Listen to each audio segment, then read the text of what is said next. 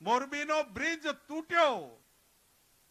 હું ગયો તો કાલે અશોક ગેહલોત સાહેબ, દિગ્વિજયસિંહજી પૂર્વ મુખ્યમંત્રી મધ્યપ્રદેશ, સુખરામભાઈ રાઠવા વિપક્ષના નેતા, માન્ય ભરતસિંહ સોલંકી, માન્ય અર્જુનભાઈ, માન્ય સિદ્ધાર્થભાઈ, ભાઈ પરેશભાઈ ધનાણી, અમારા કાર્યકારી અધ્યક્ષો, અમારા ધારાસભ્યો, 6:30 પુલ તૂટે છે. 6:30. એ પુલની બાજુમાં મકરાણી વાસ છે.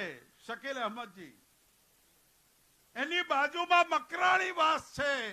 જેવી ખબર પડે છે આ મકરાણી વાસ મુસ્લિમ મહેલામાંથી ઘર બહાર છોડીને વસ્તી બચાવ કાર્યમાં લાગી જાય છે.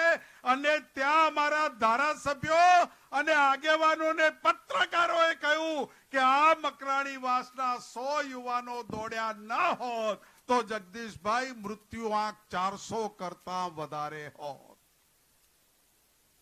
આ છે માનવતા, આ છે ભાઈચારો, આ છે હિન્દુસ્તાનની લોકશાહીનો ધબકાર.